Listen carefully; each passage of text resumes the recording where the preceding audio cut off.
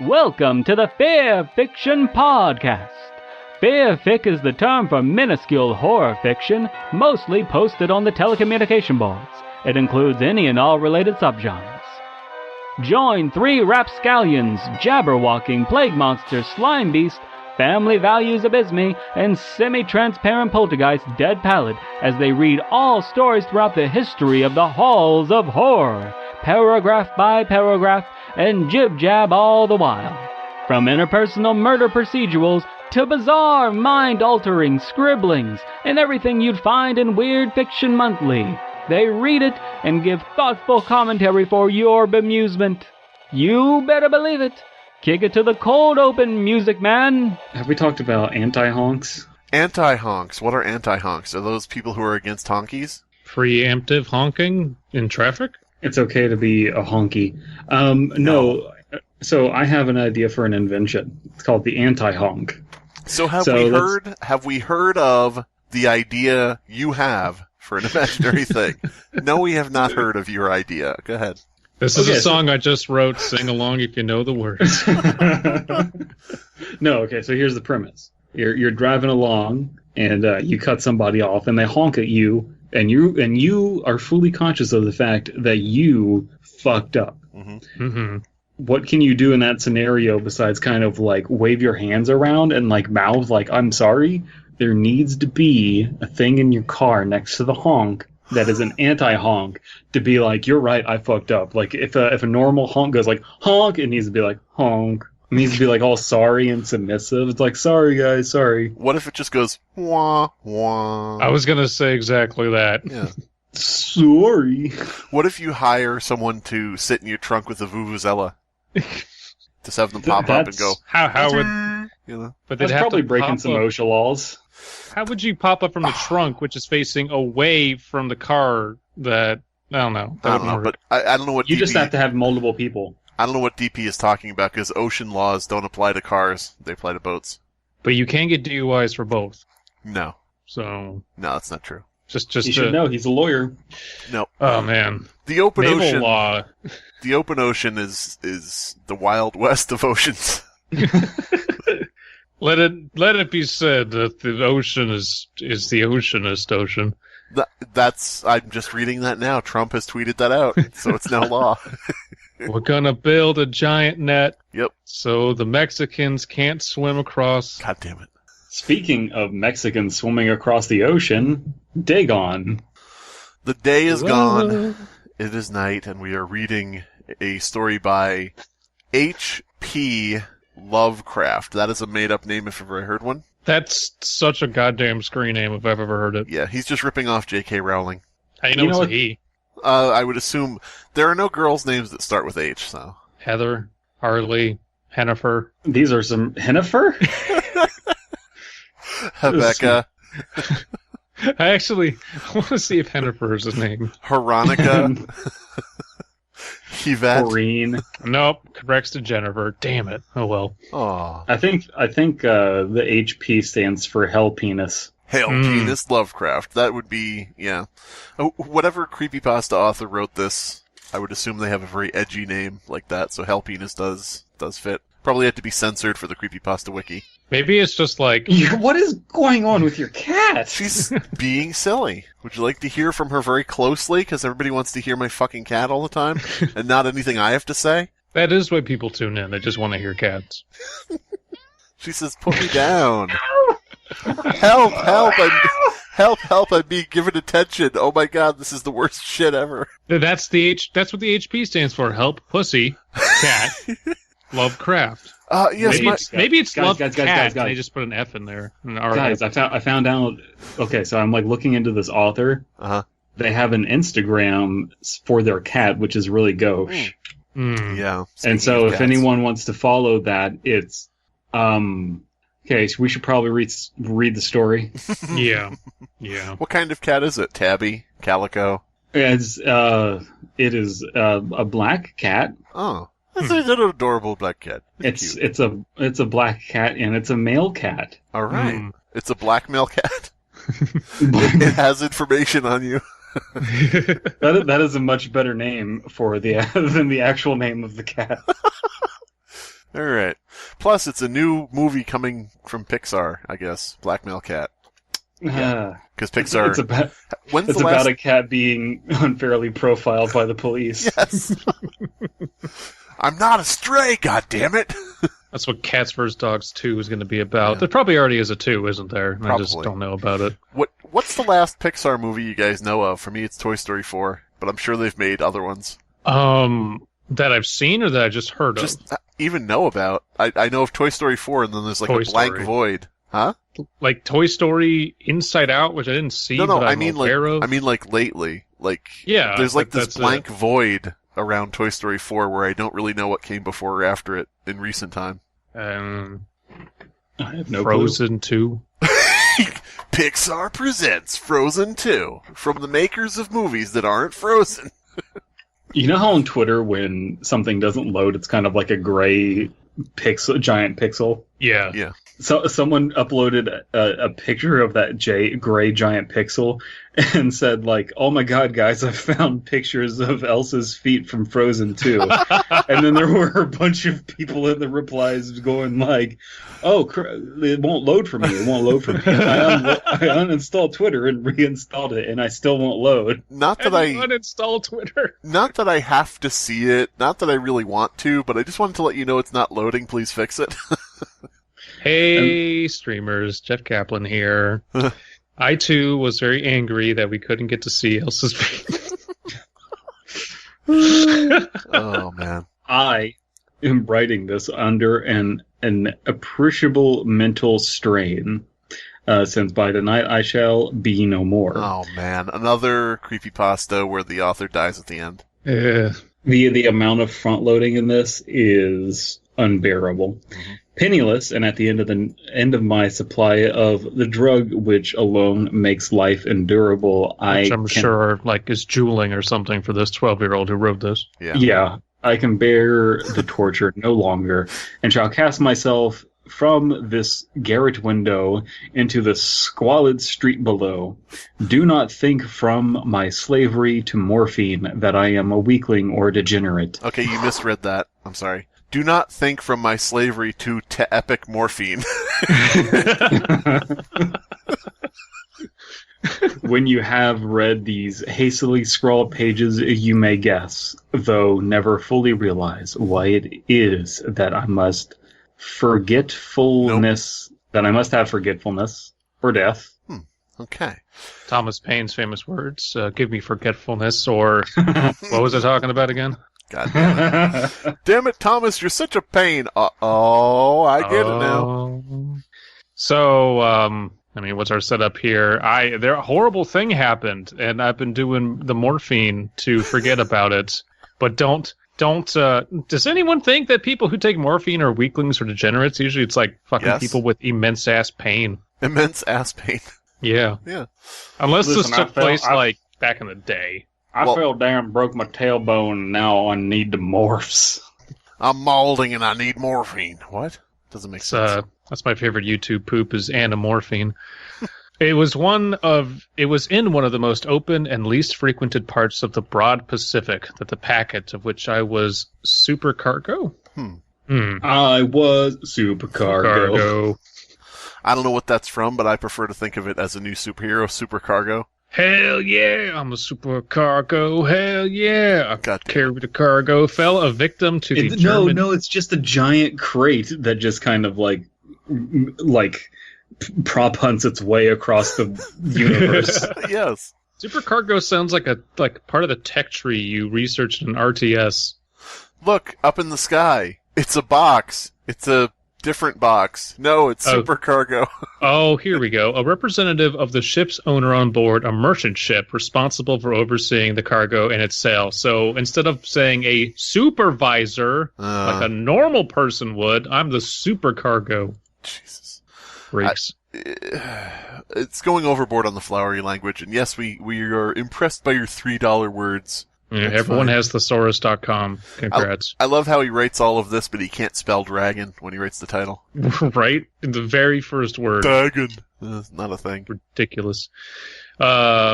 I was supercargo, fell a victim to the German sea raider. The Great War was then at its very beginning, and the ocean forces of the Hun had not completely sunk to their later degradation, so that our vessel was made a legitimate prize, whilst we of her crew were treated with all the fairness and consideration due us as naval prisoners.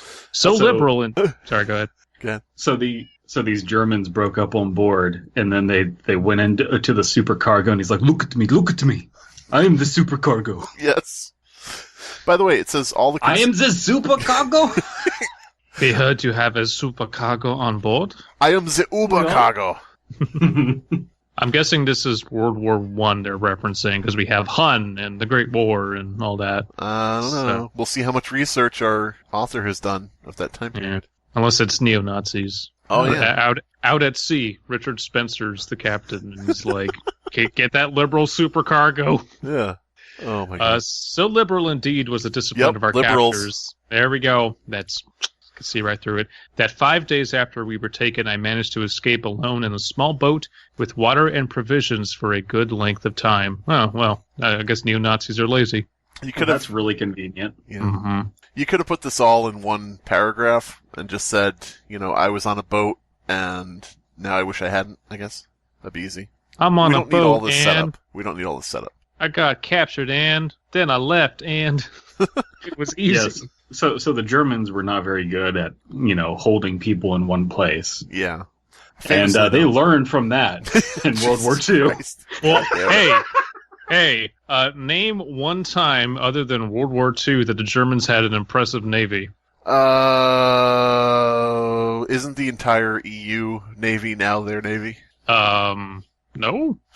Isn't it all like a shared communal Navy? I guess technically, because they bankroll all the European EU. Politics.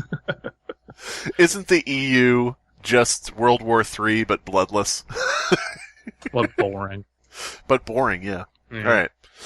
When I finally found myself adrift and free, I had but little idea of my surroundings. It was water. Never a competent navigator, and yet we're expected to believe he became supercargo. I could only guess vaguely by the sun and stars that I was somewhat south of the equator. Of the longitude I knew nothing, and no island or coastline was in sight. Is this ripping off my story, Red Sky at Night? Yeah. Everybody steals from me! So far, it's pretty damn close. We'll have to. Well, let's be fair. We'll have to look into when this was published. Right. True. Which, still doubtful. The weather kept fair, and for uncounted days I drifted aimlessly beneath the scorching sun. I thought you said you were reading the stars. Waiting. Well, the sun is a star. Well, True. I don't know about that. I don't know about that. True. It's more of a projection, but okay. What? I drifted aimlessly beneath the scorching sun, waiting either for some passing ship or to be cast on the shores of some habitable island or habitable land. But neither ship nor land appeared, and I began to despair in my solitude upon the heaving vastness of unbroken blue. Heaving vastness of unbroken blue, which is entirely flat. Yep, right. Exactly. Okay. It did not curve to or fro. It did not curve, Sam, I know. What? The change happened whilst I slept. Its details I shall never know. And how'd you know what happened? For my slumber, though troubled and dream-infested, was continuous. Then, when I at last awaked, it was to discover myself half sucked into a slimy expanse of hellish black mire, which extended about me in monotonous undulations as far as I could see, in which my boat lay grounded some distance away. Monotonous. You heard it here first, folks. Monotonous. Monotonous. I love how you got undulations, but not monotonous. Listen, what am I? Some sort of reader? Literary reader? DP, I can't hang out with you anymore if you're going to act like such a reader. So basically, our protag wakes up and it seems to be surrounded by Slimey's front yard. Slimy expanse of hellish black mire. Yep. Okay. Black Mire, by the way, is my favorite country western band, I guess. I don't know. That's a good name for like an outlaw country band. Yeah. Black Mire, I like that. And now, Black Mire, with their hit single, Monotonous Undulations. Though one might well imagine that my first sensation would be of wonder at so prodigious and unexpected a transformation of scenery. That was not even an entire sentence. I was in reality more horrified than astonished. For there was in the air and in the rotting soil a sinister quality which chilled me to the very core.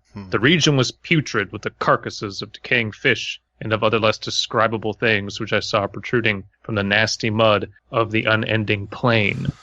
Could you try describing them? Could you do a little more showing and a little less telling, Mr. What is it? Wumpuscraft? Wumpuscraft. It's my favorite Minecraft mod. Yeah.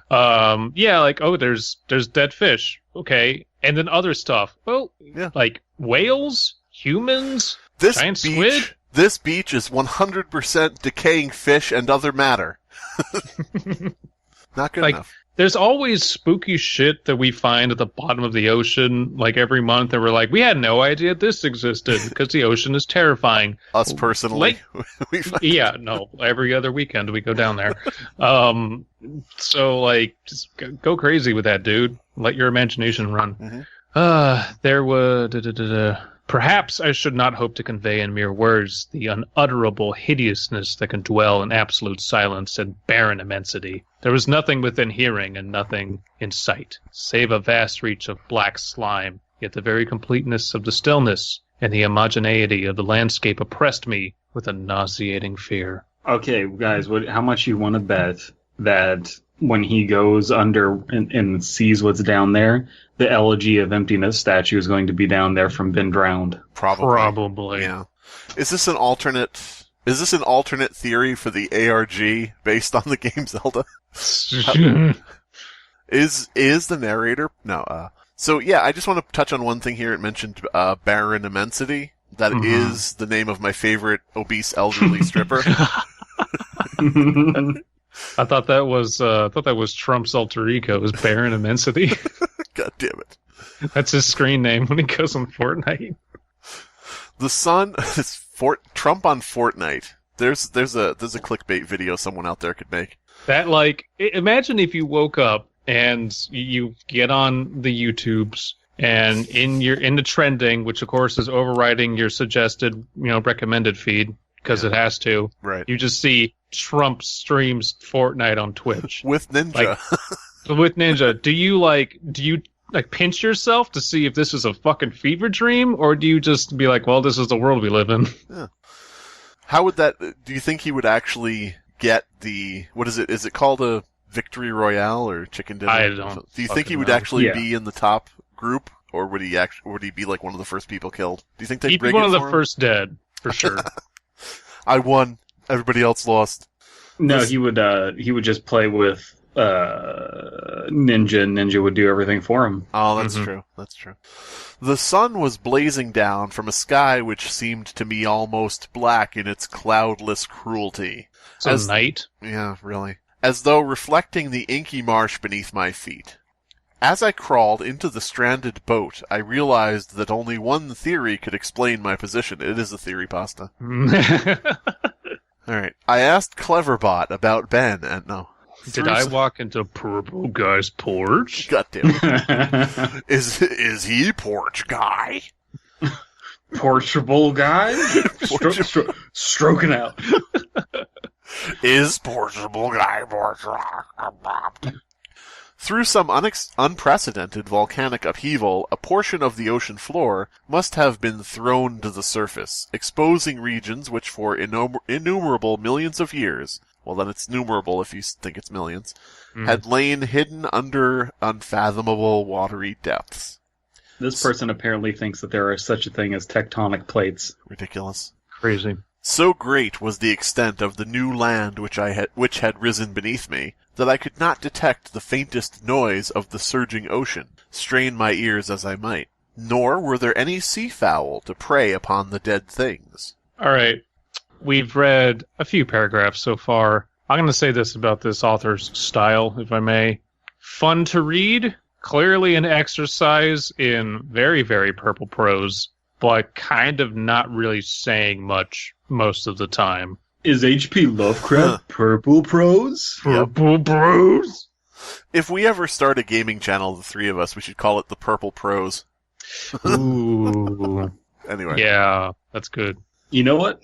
I will say this, and I don't think the story is going to go there, but the idea that, there's this volcanic stuff that might, explode and push something unspeakable up to the surface is a cool idea. I just don't think they're going to do anything with it. Yeah, there's like a legitimate like when earthquakes trigger tsunamis because of water displacement. And if instead of just like giant ass waves, it was this black mire, that would be a cool idea. I could see that, but it seems to be just located on this one place that this one guy showed up to, and that's like all we've got. So it's like, okay, who cares? I think that this should have been called, since it's such an unlikely circumstance that he would be right where this happens, I think this story should have been called What Are the Odds? Ooh, not bad. Much better than misspelling dragon. Right. For several hours I sat thinking and brooding in the boat, which lay upon its side and afforded a slight shade as the sun moved across the heavens. As the day progressed, the ground lost some of its stickiness and seemed likely to dry sufficiently for traveling purposes in a short time. That night I slept but a little, but and the angry. next day, and the next day I made for myself a pack containing food and water, preparatory to an overland journey in such of the vanished sea as possible rescue. Whatever. Whatever. How much time has passed here? No idea. Seems like hours. It feels like a fever dream. Like they fall asleep and they wake up. Oh, I'm in this weird ass place. Who knows how many days have passed? Plus, I made myself a pack containing food and water. Is way too much trouble to go to say I brought soup. I brought hotel soups, but they were for travel, so there were some sort of boat-based hotel soups. Yes. They were all clam chowder and fish brain. Fish eye soup, yeah. I Shark feel fin like... soup. Thank you, shark fin. There you go. I feel like I can accurately call where the story's going to end up. He's going to find a McDonald's, and he's going to be writing the story from a laptop he finds there. Oh, I hope so. Guys, do you know about how fucked up shark fin soup is? Yes. Is it made with fake shark fins or something? Is that what No. Here's what's fucked up about it. You get these people that just go out there, cut the fins off sharks, and then since they don't want to deal with the cargo, just throw decapitated sharks back in there. Or what's the term I'm looking for? Not decapitated. Dismembered. Defend? Dismembered. Yeah, defend. Finished? Yeah. And let me tell you, it's an indefensible act. It's when I first got a cat. You cut off its fin? That's not a cat. Cut off all of her fucked fins, up. dorsal, interior. My landlord was like, "Are you going to get her declawed?" I was like, I've never had a cat. Let me look into that." And then I found out what declawing a cat is, and went, "No, I'm not doing that to an animal." It's kind of like that. It's a bit fucked up. Even though declawing a cat isn't lethal, but it's still fucked up. I was going to say. It's like removing the first knuckle from your fingers. Yep. On the third morning, I found the soil dry enough to walk upon with ease. Okay, so 3 days have passed, at least when he's encountered this weird area, but who knows how long he was at sea. Right. Okay, so we at least have some sense of time frame. This is the one story where they needed timestamps. For about 15 men, I floated on the ocean. The odor of the fish was maddening, but I was too much concerned with graver things to mind so slight and evil, and set out boldly for an unknown goal. Isn't your goal just to find water or other not where you are? Some all nice day drinkable seawater. Yeah, delicious. All day I forged steadily westward. I guess you could tell what west is if you have the sun. Yeah, okay. Guided by a faraway hummock, which rose higher than any other elevation on the rolling desert. I think that's a typo Desert? of hillock. Maybe desert. Rolling desert. You're in a mire. That's not a desert. Okay, whatever. That night I encamped, and on the following day I still traveled toward the hummock, though that object seemed scarcely nearer than when I had first espied it. By the fourth evening... Oh, I was going to say, go do we think it's a hillock or do we think it's a hammock? What do we think that's a typo of? Like, it can't be hammock. It might be hung really high. You're not going to spot that far off and like make zero progress toward it. Mm. Maybe it's hum mocking, like Oh yeah. He's out there and someone's just in the distance going Yeah. Just on an island next to their island. Can't get me. You're in the Black Mire. Yeah. And he's like, speak up, I can't hear you.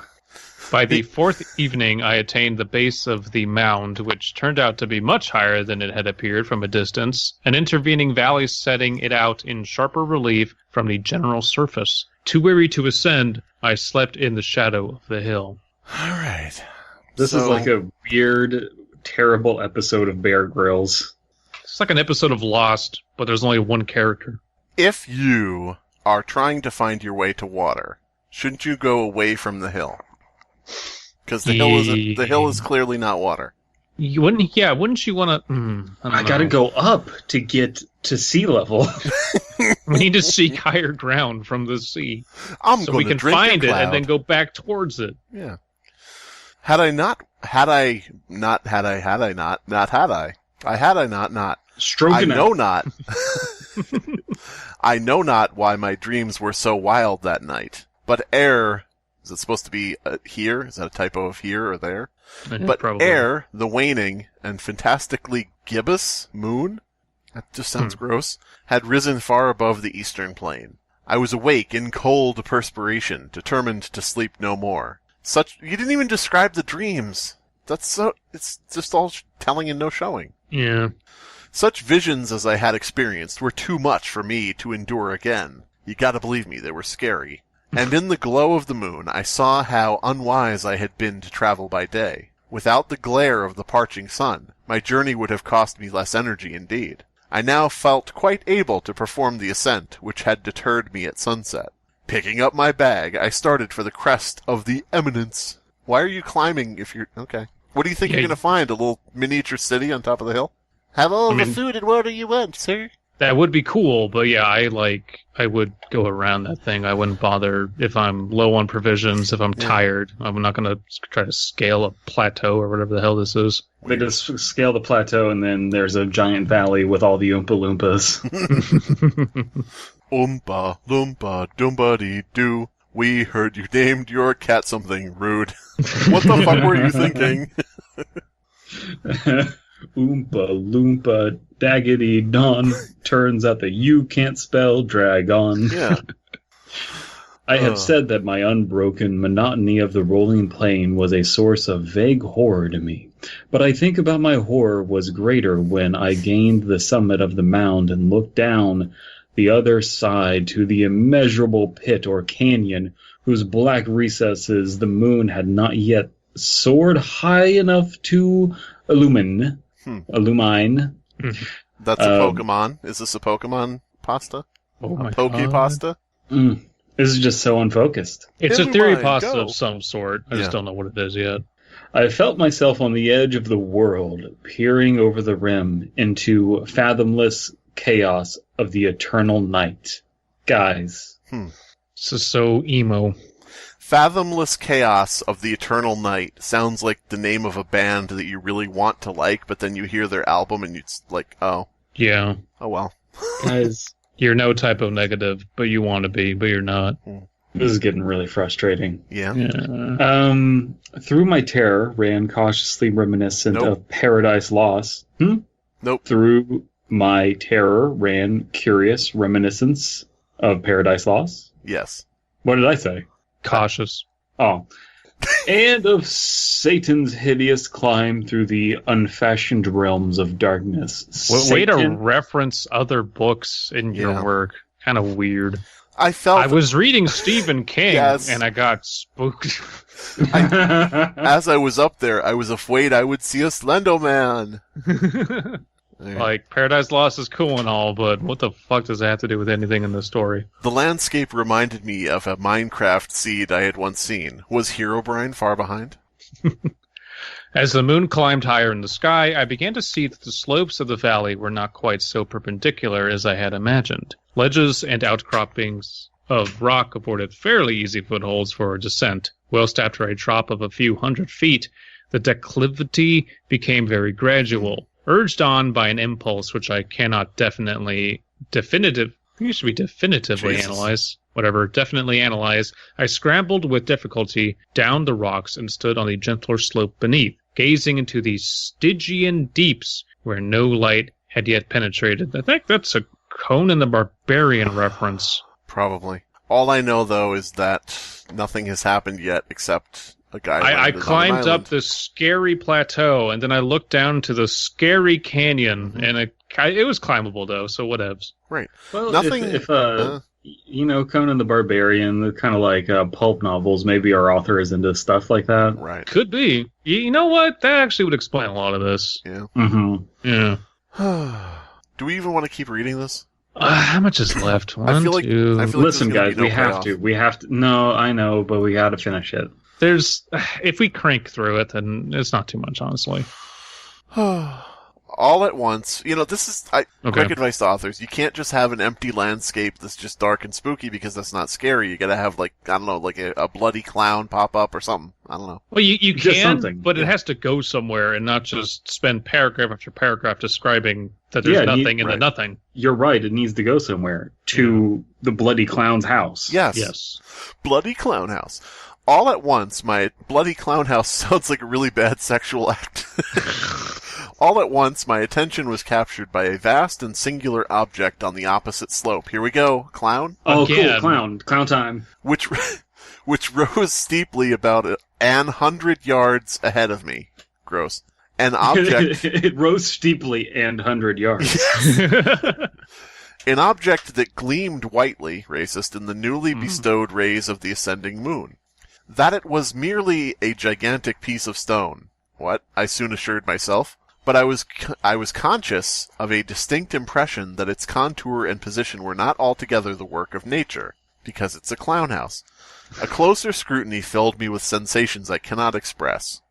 You could try. For despite its enormous magnitude, and its position in an abyss which had yawned at the bottom of the sea since the world was young, I perceived beyond a doubt that the strange object was a well-shaped monolith, whose massive bulk had known the workmanship and perhaps the worship of living beings and thinking creatures. So he's basically saying the existence of a watch necessitates the existence of a watchmaker. Obviously, this guy is, uber Christian. Yeah. Very clearly a fundamentalist. He's probably 12, and he's probably having this stuff put into his head at church. Right. Yeah. But this is one of those people who probably goes like, "Ugh, you're an atheist," just Yeah, that's screechy. all he says. Where do you come from then? And it's also really clear, from this whole giant obelisk thing out there, that this person saw 2001: A Space Odyssey and just misinterpreted it. Right. Yeah. Saw clips on YouTube. By the way, can we make a new character which is the disaffected kid that just every situation, he goes into Burger King and they say, "Can I take your order?" And he goes, you work at Burger King? You put your feet in lettuce? Sick. Number 15. Burger lettuce? Number 15, giant white obelisk in the middle of a black void. This is very sexually suggestive and kind of racially charged. It's very strange. Look at the big important white thing and the black nothingness. Yeah, guys, a giant white dick does exist. It's just that it's hidden and you can't find it, okay? But trust me. The giant white dick birthed all of civilization and life on the earth. It's hidden deep in the ocean. Yep. Dazed and frightened, yet not without a certain thrill of a scientist or archaeologist's delight, I examined my surroundings more closely. The moon, now near the zenith, shone weirdly and vividly above the towering steep that hemmed in the chasm, or shall I say chasm? Nope, you shall not. And the chasm, and revealed the fact that a far-flung body of water flowed at the bottom, winding out of sight in both directions, and almost lapping my feet as I stood on the slope. Crossing the chasm, the wavelets washed the base of the Cyclopedic. Like Cyclops? Maybe, Okay. yeah, maybe. It's a weird-ass word. Giant, mammoth, behemoth. Going to Bing that real quick, denotes a type of ancient masonry made with massive irregular blocks, or of resembling a cyclops. So either or. Yeah. Okay. Irregular cyclops statue. Irregular Cyclops, why do you have two eyes? Anyway.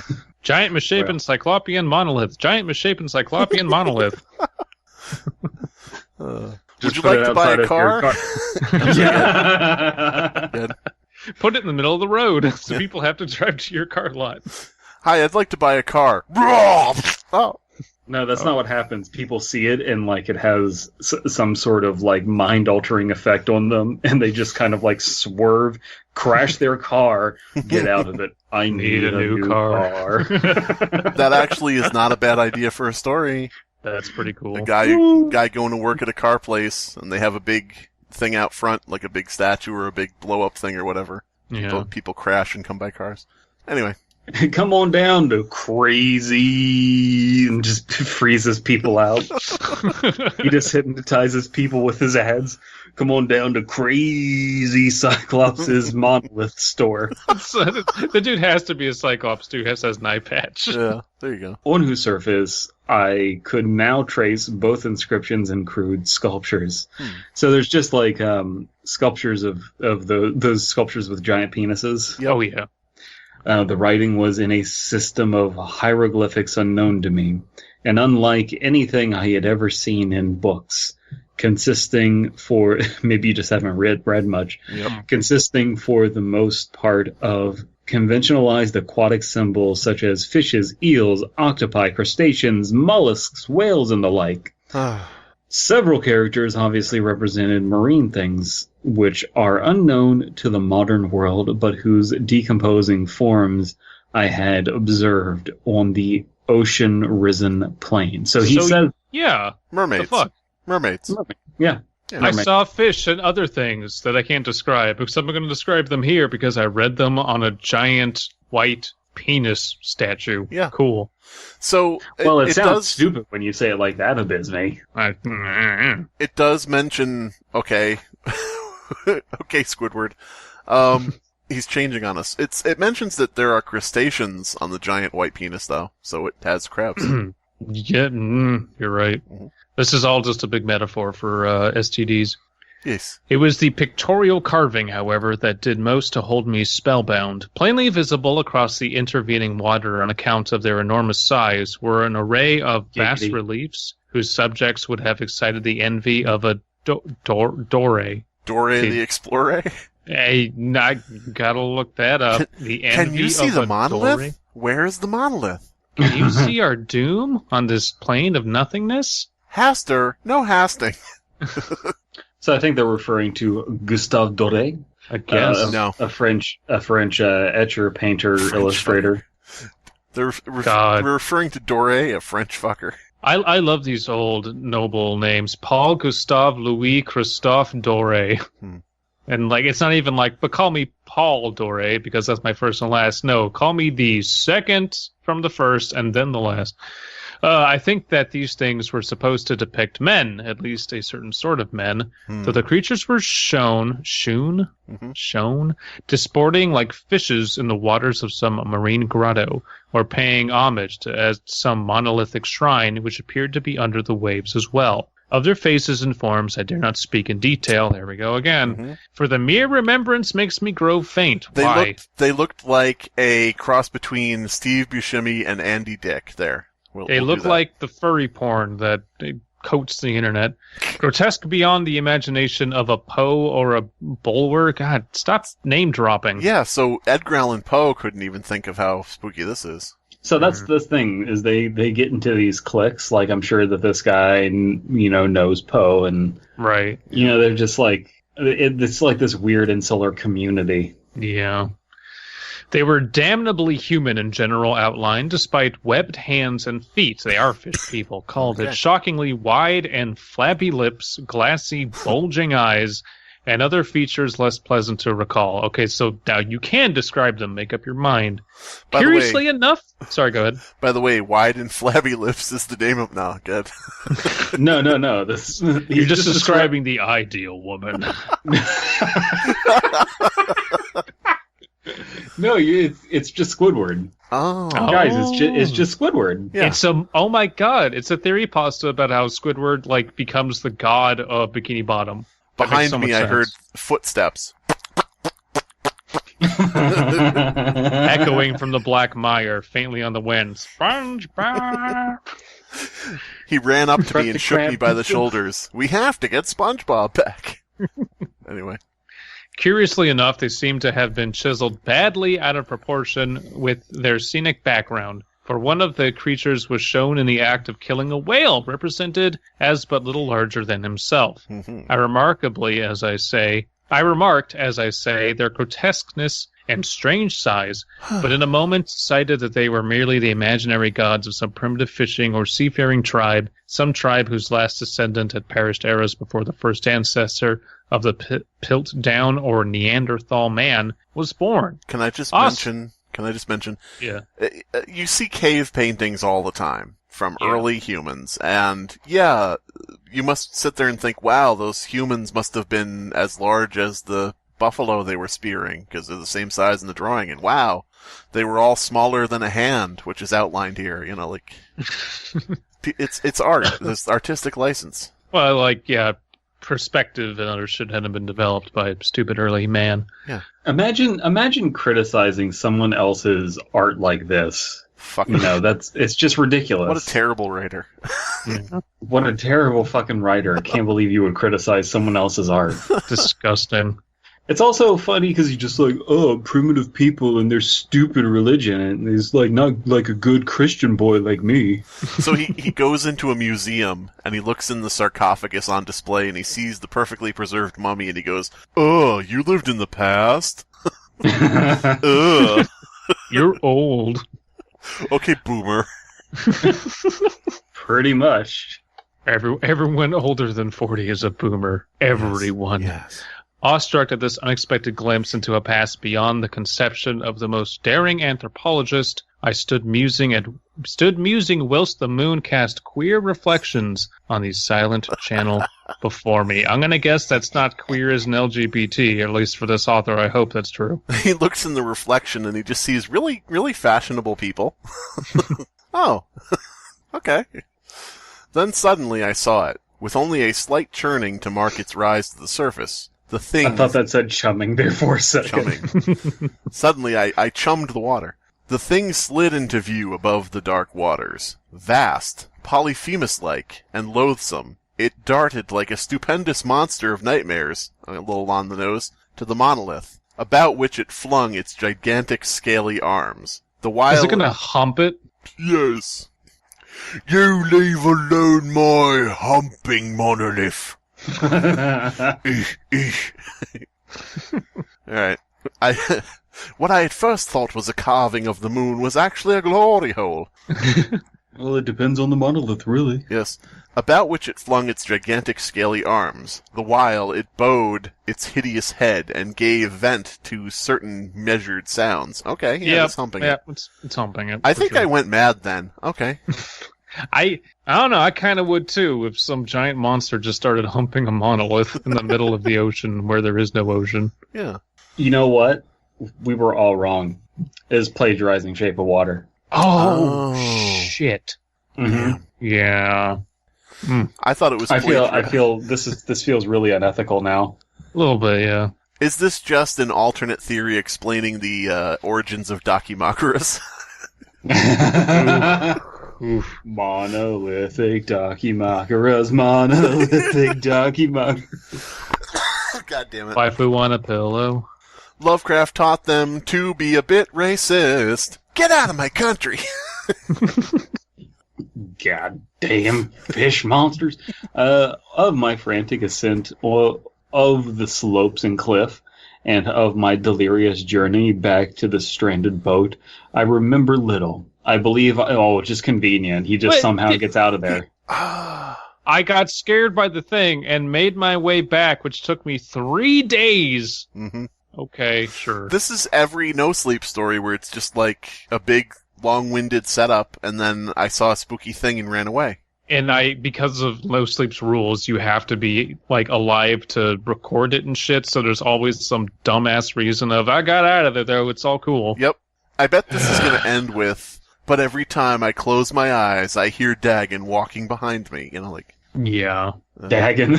Dagon. SpongeBob. I believe I sang a great deal and laughed oddly when I was unable to sing. I have indistinct recollections of a great storm some time after I reached the boat. At any rate, I know that I heard pearls... Peals? Peeling out some thunder. Mm-hmm. Peals of thunder and tones which nature, capitalized, utters only in her wildest moods. Oh, Sexist. we were wrong. This author isn't Christian. They're pagan. Oh. By the way, if you're in a truck stop men's room and the guy in the stall next to you says, peeling off some thunder, just finish up and get out of there because it's going to be bad. When I came out of the shadows, I was in a San Francisco hospital. Oh, okay, that makes sense. They were in the Pacific and somehow made their way back towards... Okay. Bought thither by the captain of the American ship which had picked up my boat in mid-ocean. Oh, okay, it was all a dream. My God. That implies that our protag is an American, because you wouldn't say that. And the American ship came to get me. Bought thither by the captain of the American ship which had picked me up on the boat in the mid-ocean. I kept ranting to the nurse. I said, I'm supercargo. She didn't believe me. I'm in an asylum now. Yes. In my delirium, I had said much, but found that my words had been given scant attention. Of any land upheaval in the Pacific, my rescuers knew nothing, nor did I deem it necessary to insist upon a thing which I knew they could not believe. Once I sought out a celebrated ethnologist and amused him with peculiar questions regarding the ancient Philistine legend of Dagon, the fish god. I guess it isn't a misspelling of dragon. But soon perceiving that he was hopelessly conventional, I did not press my inquiries. You have to have a pretty high IQ and not be hopelessly conventional to understand Rick and Dagon. Well, he believes in Dagon, right? Mm-hmm. And Dagon is a Philistinian legend, and the Philistines are mentioned in the Bible. No, this child is clearly a fundamentalist Christian. That's what I'm going by. Right. All right.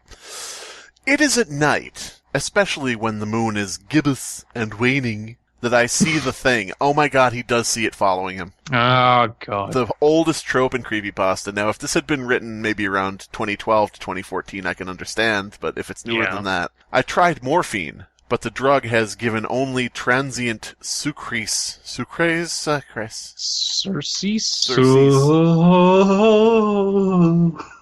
Cessation. Or ceasing. Okay. Wait, if it means to cease, then just say cease. Yeah. Okay, whatever. Guys, hold on. I think we might have been too tough. Maybe all of the use of like thesaurus words. Maybe this person is like English second language. That could be. Maybe. And the narrator wasn't from America. So. True. All right. Okay, so I think guys, I think we all owe Hiroshi Pelosi Lovecraft an apology. Hiroshi Pelosi. Pelosi. All right. well. Sorry, Speaker of the House. Yeah, right. Okay, so I think if this is an English second language writer, I think I know what to do from here. Okay. And has drawn me into its clutches as a hopeless slave. So now I am to end it all, having written a full account of the information or the contemptuous amusement of my fellow men. Is this supposed to be for? Yeah. For the amusement? Often I ask myself if it could not all have been a pure phantasm, a mere freak of fever, as I lay sun-stricken and raving in the open boat after my escape from the German man-of-war. This I ask myself, but ever does there come before me a hideously vivid vision in reply. I cannot think of the deep sea without shuddering at the nameless things that...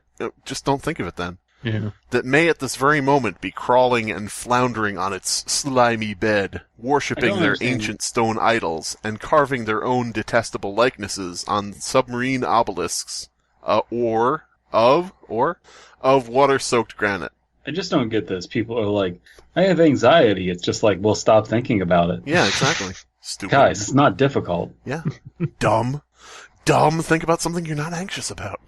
I dream of a day when they may rise above the billows to drag down in their reeking talons the remnants of puny, war-exhausted mankind, of a day when the land shall sink and the dark ocean floor shall ascend amidst universal pandemonium.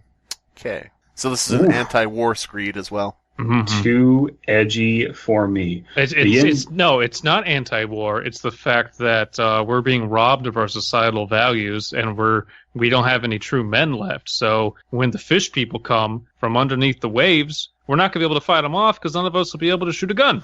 When the fish people come up from the waves and start eating everybody, a bunch of motherfuckers out there are just going to identify as fishman-kin. It's not going to help. Fishman-kin. Yeah. They're gonna come. They're gonna, take your kids, take your wife, and you're gonna get fish cooked. Yep. Fish cooked. That's all there is to it. Mm-hmm. They're definitely bigger than you. The end is near. I hear noises at the door. Oh, God. As of some immense slippery body lumbering against it. That's just DP trying to come visit. That's DP fresh out the shower. Yeah. Let me in. Let me in. Hey. It shall not find me. God, that hand, the window. The wall, the sweat dripping down my balls. Yo. I feel like in that second to last paragraph, they're just talking about how the ocean is scary, which, true. Yeah. It's a very human fear. Thalassophobia is a thing. This is just a overly flowery way to go about trying to work on that. Mm-hmm. It's just, as DP said, very unfocused. There's just a lot of random shit and names dropped in it. I don't get it, personally. Huge missed opportunity to have a carving of a scary clown fish. Yeah. That would have fulfilled the role. I would also recommend, if not a scary clown, Slenderman would also be a good substitute, or also a talking skeleton named Filbert. Yeah. Would his name be something like Filbert J. Bones, or would it not be out on the nose? Filbert J. Skellybone. Filbert J. Skellybone. Oh, of the New Hampshire Skellybones. I wouldn't shake hands with a New Hampshireite for all the tea in China. God damn it. Webbed hands, you know. Yes. By the way, What? I don't know. This has been the Fear Fiction Podcast. Your hosts are Abysmii, Dead Palette, and Slimebeast. Music by Abysmii. Art by C.F. Comer. Voiceover by Atticus Jackson. Edited by Elias the Intern. Subscribe to Fearfic on YouTube to stay up to date on new episodes. Well, I bet you're lost in a realm of pure insanity now that you've read that unbelievably creepy and unnerving ending from the story that was published in Weird Fiction Monthly. How can the fish guy be scary if I don't know where he comes from, you know? If you want to make a story about being lost at sea scary, you don't take the protagonist out of the sea and put him on land. I don't know who this H.P. Lovecraft guy thinks he is, but he's no Pimple-Roy Godfrey, and you may be asking yourself, who is that? It's nobody. And this guy, this H.P. Lovecraft dude, he's less than nobody. If I wanted to read a story about a gigantic, scaly, stinky fish man humping some rigid wooden thing, I just would read a Trump's autobiography. I don't know. All right. Back to the drawing board on this one, fellows in the fellowship of dastardly, dangerous, deranged anecdotes and accounts. This time I've got your number, I do. I know exactly what kind of narrative will work to impress feelings of dread on all of you here. But it's going to be less strictly horror and more focused on the odd and the macabre. Things might also get uncomfortably European. But to hear our protagonist read a story like that, you'll have to tune in for the next episode of the Fearfic Podcast. Now this ham radio soap opera is brought to you by Xenophobic Ed's Wild Fresh Fish and Produce Market. Ed Crabmire knows just how difficult it can be to get fishery-fresh fish without having to deal with the wacky foreigners trying to haggle down the price. The price is the price, buddy. This is America, not Newfoundland. So Ed has gone through the effort of making a premium fish market without the hassle and bustle and bistle and bugle of going to a harbor with a bunch of offshore U-boat enthusiasts. Come down to Xenophobic Ed's Wild Fresh Fish and Produce Market to find his signature dishes prepared fresh so you can eat while you shop. Did you know those Chinamen love their sushi? But they serve their delectable sushi fish raw. What cow-headed despots they are. So good old Xenophobic Ed has battered and deep-fried those delicious cuts of sea pork just for you. Then follow that up with some mouth-watering whale blubber bites. Are your little Billies and Samanthas getting fed up with that old baloney? Put some giant squid cold cuts in their daily brown bags and watch them squeal with glee. Remember, no trading with the poor kids at the lunch table. Unlike foreign fish markets that deal with squids from the surface of the ocean, we go deep down to hunt the rarest and most exotic squids.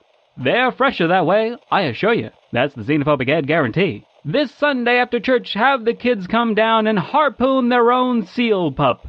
They gotta learn about the circle of life sooner or later. Visit Mr. Poe, the Oriental Clown, for a jellyfish balloon every Wednesday. And while you're there, try our exotic rock candy flavors like Frenched vanilla or banana, as well as more conventional flavors like sugar or purple flavor.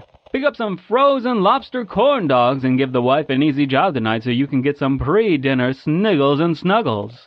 And while you're at it, try some of our steroid-enhanced mussels. There's plenty to love down at Xenophobic Ed's Wild Fresh Fish and Produce Market. All the smelly fish with none of the smelly foreigners. Hey guys, it's me, Slimebeast, here to do an unscripted plug, just completely off the top of my head. All the other plugs are scripted, in case you didn't know. You may notice I'm not here with Abysmii and Dead Palette. That's for good reason, and I'll tell you why in a moment. But first, I wanted to welcome my special guests for this plug. I'm here with PewDiePie. You want to say something, PewDiePie? What is my most controversial video? That's not what we're here about. But I'm here with PewDiePie, and I'm also here with Markiplier. Mark, would you like to say a little something to the people listening? Did you hear that? Yeah. Okay. Yeah, I'm here to talk to you about Abysmii and Dead Palette. The three of us, me, PewDiePie, and Markiplier, got together, and we wanted to tell you guys about how awesome Abysmii and Dead Palette are, their channels that you should check out. Abysmii is at youtube.com /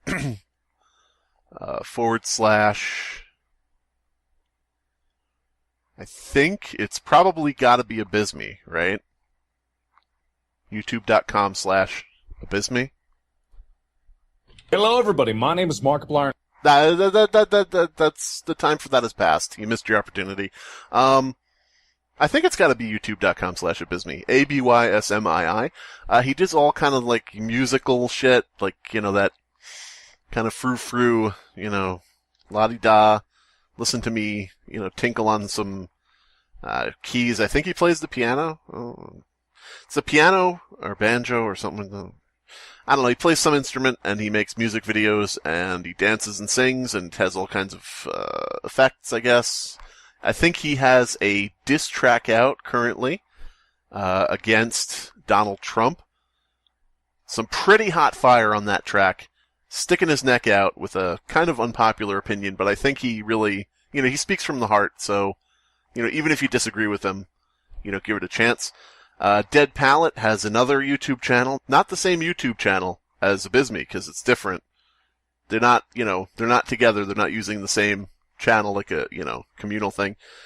Dead Palette's channel is youtube.com /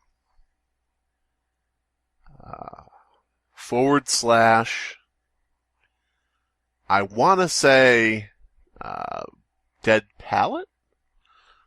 Dead Palette or Dead Palette's Tales, or which I think is Tales. I'm not sure if Brandon is a furry. It may be Tails.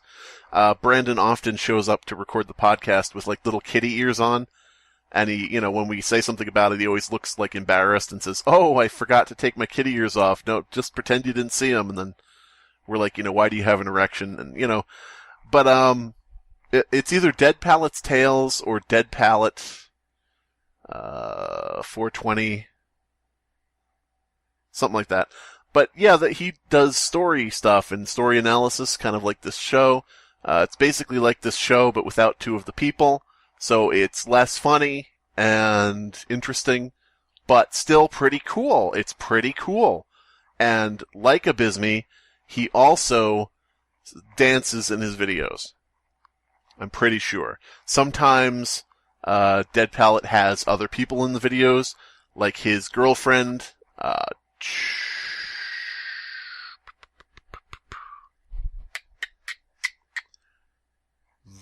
Vicky?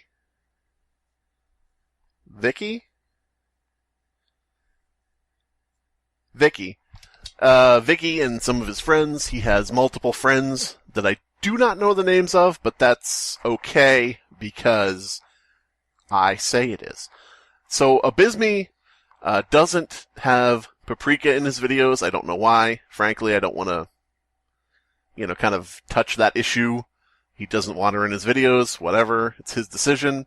I just hope that, she doesn't take it personally. Brandon has his girlfriend, Melinda, in them. And yeah, he does story stuff, reads his own stories sometimes, except he does a lot less of that these days. I think probably because he has hit a creative roadblock and doesn't know what to write anymore. Not sure. Just a guess, just a theory, a game theory, and as a special guest, we have with us Matt Pat. Matt Pat, why don't you say something?